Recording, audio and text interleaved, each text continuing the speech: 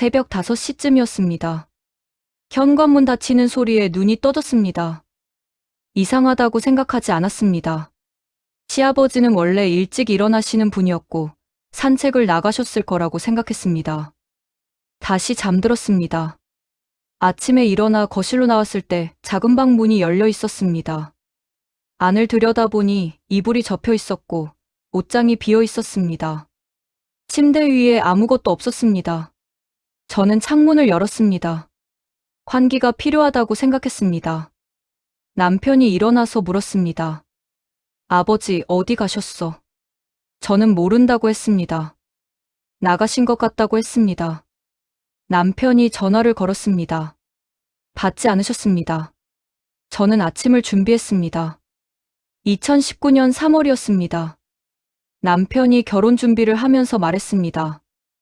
아버지랑 같이 살면 어떨까? 저는 바로 대답하지 않았습니다. 남편은 설명을 덧붙였습니다. 아버지가 혼자 사신 지 7년이 됐다고 했습니다. 어머니가 돌아가신 뒤로 계속 혼자셨다고 했습니다. 저는 들었습니다. 며칠 뒤 남편이 다시 물었습니다. 어떻게 생각해? 저는 반대하지 않았습니다. 반대할 이유를 말로 만들기가 어려웠습니다. 7년을 혼자 사신 아버지와 함께 살기 싫다는 말을 어떻게 해야 할지 몰랐습니다. 그래서 괜찮다고 했습니다. 5월에 아파트 계약을 했습니다. 매매가는 7억 8천만 원이었습니다. 시아버지가 3억을 보내셨습니다. 남편이 1억 2천을 냈고 저희 쪽에서 1억을 보탰습니다. 나머지는 대출을 받았습니다. 3억이 어디서 나왔는지 나중에 들었습니다. 퇴직금 2억 1천만 원, 적금 6천만 원, 비상금 4천만 원, 전부였다고 했습니다. 저는 고개를 끄덕였습니다. 그 돈이 전부라는 게 어떤 의미인지 생각하지 않았습니다. 아파트가 생긴다는 것만 생각했습니다. 6월에 입주했습니다. 방은 3개였습니다. 안방은 저희가 썼습니다. 작은 방 2개 중 하나를 시아버지 방으로 정했습니다. 시아버지는 짐이 많지 않으셨습니다. 옷 몇 벌, 이불, 작은 서랍장. 1시간이면 정리가 끝났습니다. 저는 안방을 정리하면서 생각했습니다. 생각보다 물건이 없으시네. 그 생각은 거기서 끝났습니다. 입주 첫 주였습니다. 아침 6시에 거실로 나왔습니다. 시아버지가 소파에 앉아 TV를 보고 계셨습니다. 저는 멈칫했습니다. 인사를 드렸습니다. 시아버지도 인사를 하셨습니다. 저는 부엌으로 갔습니다. 물을 마시고 다시 방으로 들어갔습니다. 그날 남편에게 말하지 않았습니다. 말할 것이 없었습니다. 아버지가 아침에 TV를 보고 계셨다. 그게 전부였습니다. 다음 날도 같았습니다. 아침에 거실로 나오면 시아버지가 계셨습니다. TV 소리가 낮게 흘러나왔습니다. 저는 부엌을 지나 화장실로 갔습니다. 시아버지는 고개를 돌려 인사를 하셨습니다. 저도 인사를 드렸습니다. 그 짧은 순간이 불편했습니다. 불편하다는 말이 맞는지 모르겠습니다. 그냥 아침에 거실에 사람이 있으면 동선이 달라졌습니다. 화장실을 가려면 거실을 지나야 했고, 거실에 사람이 있으면 옷을 신경 써야 했습니다. 사흘째 되는 날 아침에도 같았습니다. 저는 멈칫했고, 인사를 드렸고, 지나갔습니다. 나흘째 아침에 거실로 나왔을 때 아무도 없었습니다. TV가 꺼져 있었습니다. 소파가 비어 있었습니다. 저는 그냥 화장실에 갔습니다. 그날 이후로 아침 거실에 시아버지가 계신 적이 없었습니다. 제가 뭐라고 한 적은 없습니다. 시아버지가 알아서 그만두신 겁니다. 냉장고 문을 열 때마다 모르는 반찬통이 보였습니다. 눈높이 칸에 있었습니다. 제가 쓰는 칸이었습니다. 반찬통 색깔이 달랐습니다. 제 건 흰색이었고 시아버지 건 초록색이었습니다. 처음엔 그냥 뒀습니다. 며칠 지나니까 반찬통이 늘어났습니다. 초록색 통이 2개가 됐고 3개가 됐습니다. 제 반찬통을 꺼내려면 그 통들을 옆으로 밀어야 했습니다. 어느 날 장을 보고 와서 냉장고를 정리했습니다. 시아버지 반찬통을 아래 칸으로 옮겼습니다. 맨 아래 칸, 야채실 바로 위였습니다. 말씀드리지 않았습니다. 말할 일이 아니었습니다. 냉장고 정리를 했을 뿐이었습니다. 다음 날 냉장고를 열었을 때 초록색 반찬통은 아래 칸에 그대로 있었습니다. 그 뒤로도 계속 그 자리에 있었습니다. 시아버지가 냉장고를 여는 시간이 달라졌습니다. 제가 부엌에 있을 때는 안 오셨습니다. 제가 방에 들어가면 그때 부엌에서 소리가 났습니다. 저는 신경 쓰지 않았습니다. 7월 중순쯤이었습니다. 시아버지의 외출이 잦아졌습니다. 아침에 나가셔서 점심때까지 안 들어오셨습니다. 저녁에도 늦게 오시는 날이 있었습니다. 남편에게 물었습니다. 아버지 요즘 많이 나가시네. 남편이 말했습니다. 산책을 좋아하셔. 동네에 공원이 있어서 거기 가시는 것 같아. 저는 그렇구나 하고 말았습니다. 점심을 안 드시는 날이 많아졌습니다. 아침에 나가시면 저녁 때 돌아오셨습니다. 중간에 뭘 드시는지는 몰랐습니다. 남편에게 말했습니다. 아버지 점심 안 드시는 것 같아. 남편이 말했습니다. 밖에서 드시겠지. 저는 고개를 끄덕였습니다. 그 뒤로 점심 이야기를 꺼내지 않았습니다. 8월이었습니다. 시아버지 방 앞을 지나가는데 문이 닫혀 있었습니다. 안에서 아무 소리도 나지 않았습니다. 예전에는 문이 열려 있을 때가 있었습니다. 라디오 소리가 흘러나올 때도 있었습니다. 8월부터는 문이 항상 닫혀 있었습니다. 저는 지나갔습니다. 9월 어느 날 친구한테 전화가 왔습니다. 거실 소파에 앉아서 통화를 했습니다. 시어머니 이야기가 나왔습니다. 친구네는 시어머니랑 같이 살고 있었습니다. 친구가 물었습니다. 너희 시아버지는 어때? 저는 말했습니다. 그냥 계셔. 신경 안 쓰려고 하는데 아무래도 불편하지. 친구가 물었습니다. 그래도 돈 내셨으니까 어쩔 수 없지 않아? 저는 말했습니다. 그러니까. 돈을 넣으셨으니까. 통화가 끝나고 일어나는데 작은 방 문이 살짝 열려 있었습니다. 열려 있었는지 원래 그랬는지 기억나지 않았습니다. 저는 방으로 들어갔습니다. 15월이었습니다. 저녁을 먹는데 시아버지가 안 계셨습니다. 남편이 말했습니다. 아버지 안 드시나? 저는 말했습니다. 나가셨나 봐. 남편이 전화를 걸었습니다. 시아버지가 받으셨습니다. 밖에서 드셨다고 하셨습니다. 남편이 끊고 나서 말했습니다. 요즘 밖에서 많이 드시네. 저는 반찬을 덜었습니다. 11월에 집들이를 하기로 했습니다.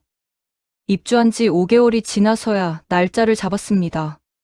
친구들, 친척들 부를 생각이었습니다. 문제가 하나 있었습니다. 손님이 오면 짐을 둘 데가 필요했습니다. 코트, 가방, 그런 것들이요. 작은 방을 써야 했습니다. 시아버지께 말씀드렸습니다. 다음 주에 집들이를 하려고요. 작은 방을 좀 정리해 주실 수 있을까요? 손님 짐을 둘 데가 필요해서요. 시아버지는 고개를 끄덕이셨습니다. 알았다 하셨습니다. 제가 정리해 달라고 한 건 맞습니다. 하지만 나가 달라고 한 건 아니었습니다. 집만 치워달라는 뜻이었습니다. 그렇게 생각했습니다. 집들이 당일이었습니다. 아침에 시아버지가 나가셨습니다. 어디 가시냐고 묻지 않았습니다. 손님들이 왔습니다. 음식을 차리고 이야기를 나누고 집을 구경시켜 드렸습니다. 누가 물었습니다. 방이 3개네. 하나는 뭐로 써? 저는 말했습니다. 아직 비워뒀어. 나중에 아이 방으로 쓰려고. 작은 방 문은 닫혀 있었습니다. 안에 시아버지 짐이 있었지만 아무도 열어보지 않았습니다. 저녁 무렵 시아버지가 돌아오셨습니다. 거실에서 이야기하던 사람들이 잠깐 조용해졌습니다. 시아버지가 인사를 하셨습니다. 손님들도 인사를 했습니다. 시아버지는 바로 방으로 들어가셨습니다. 문이 닫혔습니다. 대화가 다시 시작됐습니다. 저는 부엌에서 과일을 깎았습니다. 12월이 지나고 새해가 됐습니다. 1월 초였습니다. 저녁을 먹고 나서 남편이 말을 꺼냈습니다. 우리 아이 계획 언제쯤 잡을까? 저는 말했습니다. 올해 안에는 생각하고 있어. 남편이 고개를 끄덕였습니다. 저는 말을 이었습니다. 근데 방 문제가 있잖아. 아이 방이 필요할 텐데. 남편이 아무 말 없이 저를 봤습니다. 저는 말했습니다. 작은 방 말이야. 남편이 말했습니다. 아버지 방. 저는 말했습니다. 응. 남편이 잠깐 침묵했습니다. 저는 말했습니다. 아버지한테 한번 여쭤볼까? 근처에 작은 집 알아봐 드리면 어떨까? 월세도 도와드리고. 남편이 말했습니다. 내가 말씀드릴게. 저는 말했습니다. 아니, 내가 할게. 며느리가 말하는 게 나을 것 같아. 남편이 이상한 표정을 지었습니다. 하지만 뭐라고 하지 않았습니다. 다음 날 저녁이었습니다. 시아버지가 방에서 나오셔서 물을 드시고 계셨습니다. 저는 부엌으로 가서 말씀드렸습니다. 아버지, 잠깐 말씀드릴 게 있어요. 시아버지가 고개를 돌리셨습니다. 저는 말했습니다. 저희가 아이 계획을 세우고 있어요. 그러면 방이 하나 더 필요하거든요. 시아버지는 아무 말 없이 저를 보셨습니다. 저는 말을 이었습니다. 아버지, 이 집은 저희 신혼집이에요. 처음부터 저희 둘이 살 집으로 생각했어요. 시아버지는 여전히 아무 말 없이 계셨습니다. 저는 말했습니다. 근처에 작은 집 알아봐 드릴게요. 월세도 도와드릴게요. 그게 서로 편할 것 같아요. 시아버지가 고개를 끄덕이셨습니다. 알았다, 하셨습니다. 저는 말했습니다. 감사합니다. 그리고 방으로 들어갔습니다. 남편이 물었습니다. 뭐라고 하셨어? 저는 말했습니다. 알았다고 하셨어. 남편이 아무 말 없이 고개를 끄덕였습니다. 그로부터 이틀 뒤 새벽이었습니다. 현관문 소리에 눈이 떠졌습니다. 시계를 보니 5시였습니다. 다시 잠들었습니다. 아침에 일어났을 때 작은 방이 비어 있었습니다. 이불이 접혀 있었습니다. 옷장이 비어 있었습니다. 서랍장도 없었습니다. 시아버지 신발이 없었습니다. 저는 창문을 열었습니다. 남편이 일어나서 전화를 걸었습니다. 받지 않으셨습니다. 남편이 다시 걸었습니다. 또 받지 않으셨습니다. 저는 아침을 준비했습니다. 남편이 현관을 나섰습니다. 아버지를 찾아보겠다고 했습니다. 1시간쯤 뒤에 돌아왔습니다. 공원에도 안 계시고 동네에도 안 계시다고 했습니다. 저는 말했습니다. 연락 오시면 알려줘. 남편이 고개를 끄덕였습니다. 저는 출근 준비를 했습니다. 며칠이 지났습니다. 시아버지는 전화를 받지 않으셨습니다. 남편이 매일 전화를 걸었습니다. 매일 받지 않으셨습니다. 저는 묻지 않았습니다. 남편도 말하지 않았습니다. 일주일이 지났습니다. 남편이 말했습니다. 아버지가 문자를 보내셨어. 저는 물었습니다. 뭐라고 하셨어? 남편이 말했습니다. 걱정하지 말라고. 잘 지내고 있다고. 저는 말했습니다. 어디 계신데? 남편이 말했습니다. 안 알려주셨어. 저는 고개를 끄덕였습니다. 빈 작은 방을 정리했습니다. 창문을 열고 환기를 시켰습니다. 바닥을 닦았습니다. 커튼을 빨았습니다. 남편이 방 앞에 서서 안을 들여다봤습니다. 아무 말 없이 서 있었습니다. 저는 말했습니다. 아기 방으로 쓰면 되겠다. 남편이 대답하지 않았습니다. 저는 청소를 계속했습니다. 2월이 됐습니다. 남편이 아버지 소식을 알아냈습니다. 서울역 근처 고시원에 계시다고 했습니다. 편의점에서 알바를 하고 계시다고 했습니다. 저는 물었습니다. 어떻게 알았어? 남편이 말했습니다. 아버지 친구분이 연락 주셨어. 저는 고개를 끄덕였습니다. 남편이 말했습니다. 찾아가 봐야 하나? 저는 말하지 않았습니다. 남편이 다시 말했습니다. 안 만나 주실 것 같아. 저는 말했습니다. 그럴 수도 있지. 남편이 한숨을 쉬었습니다. 저는 핸드폰을 들고 아기 방 인테리어를 검색했습니다. 3월이 됐습니다. 남편이 시아버지께 전화를 걸었습니다. 이번에도 받지 않으셨습니다. 남편이 문자를 보냈습니다. 답이 없었습니다. 저는 묻지 않았습니다. 4월이 됐습니다. 남편이 고시원 주소를 알아냈습니다. 찾아가 보겠다고 했습니다. 저녁에 돌아온 남편이 말했습니다. 안 계셨어. 관리인이 낮에는 일 나가신다고 하더라. 저는 말했습니다. 그렇구나. 남편이 말했습니다. 다시 가봐야겠어. 저는 고개를 끄덕였습니다. 남편이 다시 가지 않았습니다. 여름이 지나고 가을이 됐습니다. 제가 임신했습니다. 시어머니가 안 계시니까 시아버지께 알려드려야 했습니다. 남편이 문자를 보냈습니다. 아버지, 좋은 소식이 있어요. 아이가 생겼어요. 답이 없었습니다. 일주일 뒤에 다시 보냈습니다. 또 답이 없었습니다. 남편이 전화를 걸었습니다. 받지 않으셨습니다.